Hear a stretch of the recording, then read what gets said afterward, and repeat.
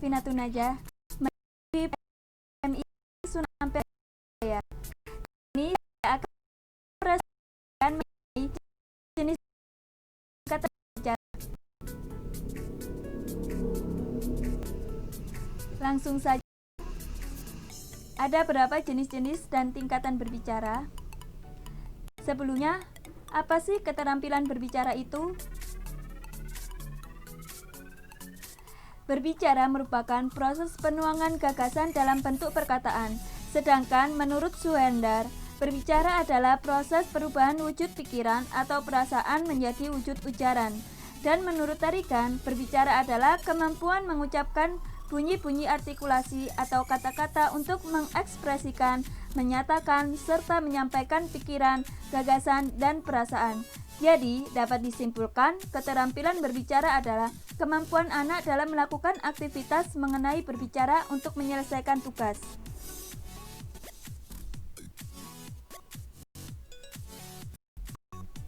Jenis-jenis berbicara. Pendapat yang pertama yaitu menurut Logan dan kawan-kawan, ada beberapa jenis berbicara. Kesatu, ada berdasarkan metode penyampaian. Kedua, berdasarkan tujuan. Yang ketiga, berdasarkan penyimak. Yang keempat, berdasarkan situasi. Yang kelima, berdasarkan peristiwa khusus. Sedangkan menurut Tarikan, ada kekeluargaan, merundingkan, meyakinkan, serta melaporkan. Menurut Logan, berbicara berdasarkan situasi ada 3. Yang pertama yaitu formal, contohnya pidato, wawancara. Yang kedua semi formal, ceramah agama. Yang ketiga non formal, contohnya seperti berbicara dengan teman sebaya, tukar pengalaman, percakapan, dan lain sebagainya. Yang kedua yaitu berbicara berdasarkan tujuan. Berbicara berdasarkan tujuan sendiri ada 5 macam. Yang pertama yaitu berbicara menghibur. Berbicara menghibur biasanya bernuansa santai, rileks, dan kocak. Karena berbicara ini tujuannya untuk menghibur. Contohnya lawakan, guyonan dalam ludruk, dan lain sebagainya. Yang kedua yaitu berbicara menginformasikan. Berbicara menginformasikan biasanya bernuansa serius, tertib, dan hening. Pembicara harus berbicara sistematis, jelas, dan tepat agar informasi benar-benar terjaga akurat. Yang ketiga yaitu berbicara menstimulasi. Berbicara menstimulasi bernuansa serius, kadang terasa kaku. Pembicara berkedudukan lebih tinggi. Biasanya untuk menstimulasi seseorang. Yang keempat yaitu berbicara meyakinkan. Berbicara meyakinkan sesuai dengan namanya yaitu bertujuan meyakinkan pendengarnya. Yang kelima yaitu berbicara menggerakkan. Berbicara menggerakkan yaitu berbicara yang bertujuan untuk menggerakkan seseorang agar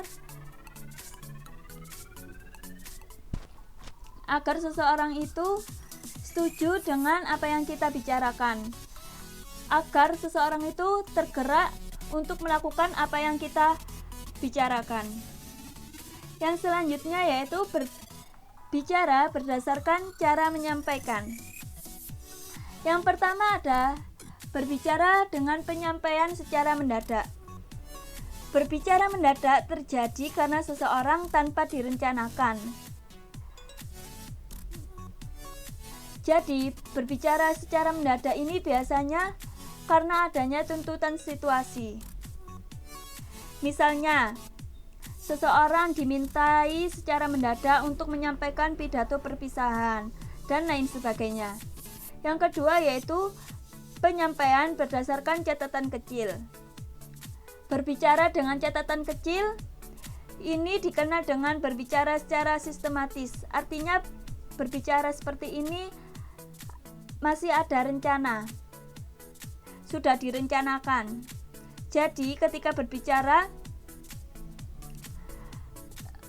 pembicara sudah mempersiapkan apa yang ingin dibicarakan.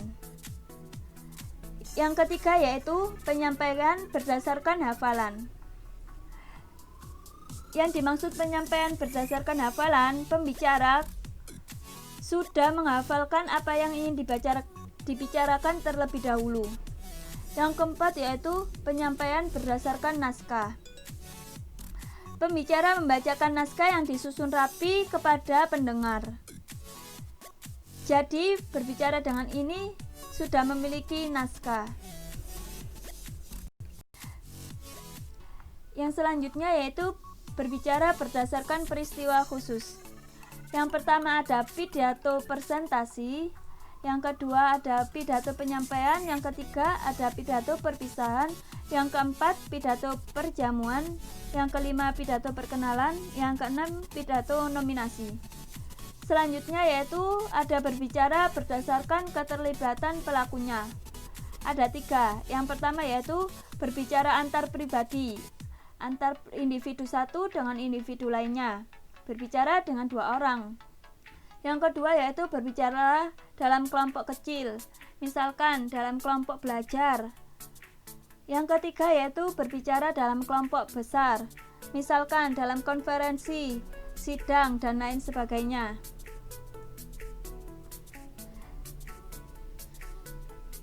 Yang selanjutnya yaitu menurut tarikan.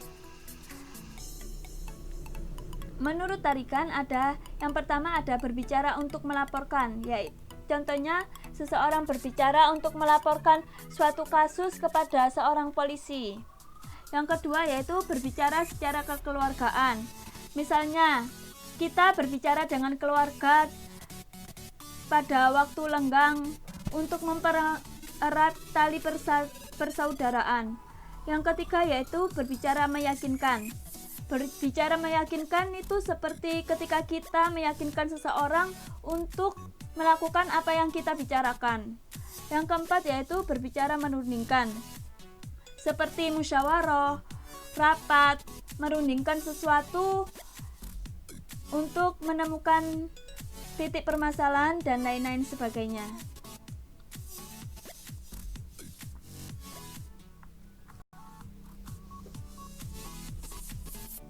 Selanjutnya yaitu tingkatan berbicara. Tingkatan berbicara yang pertama yaitu ada fatigue level.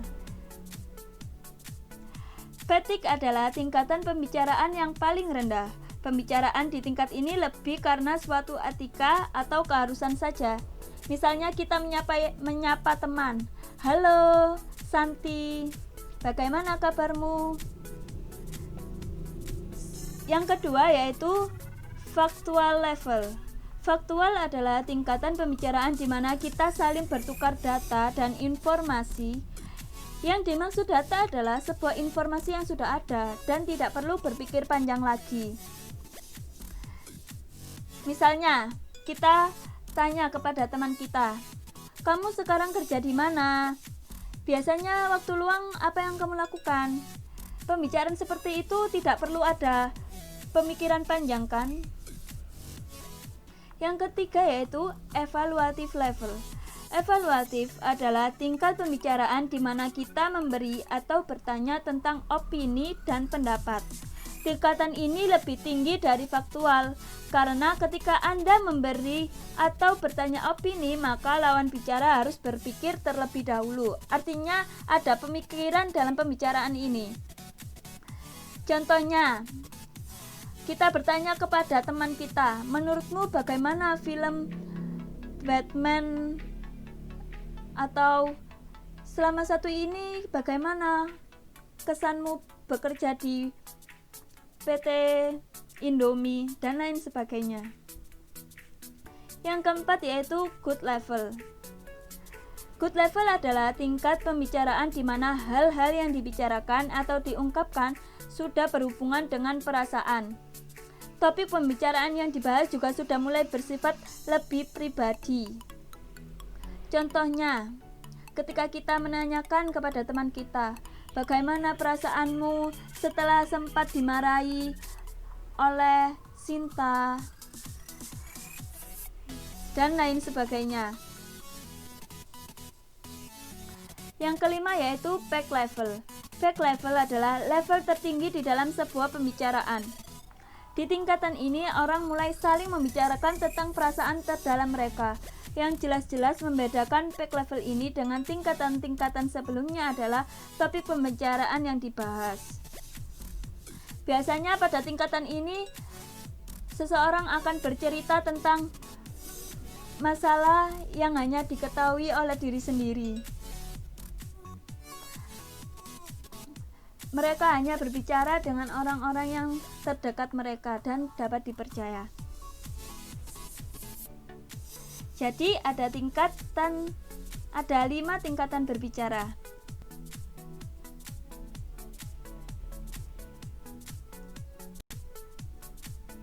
Terima kasih, sekian dari saya.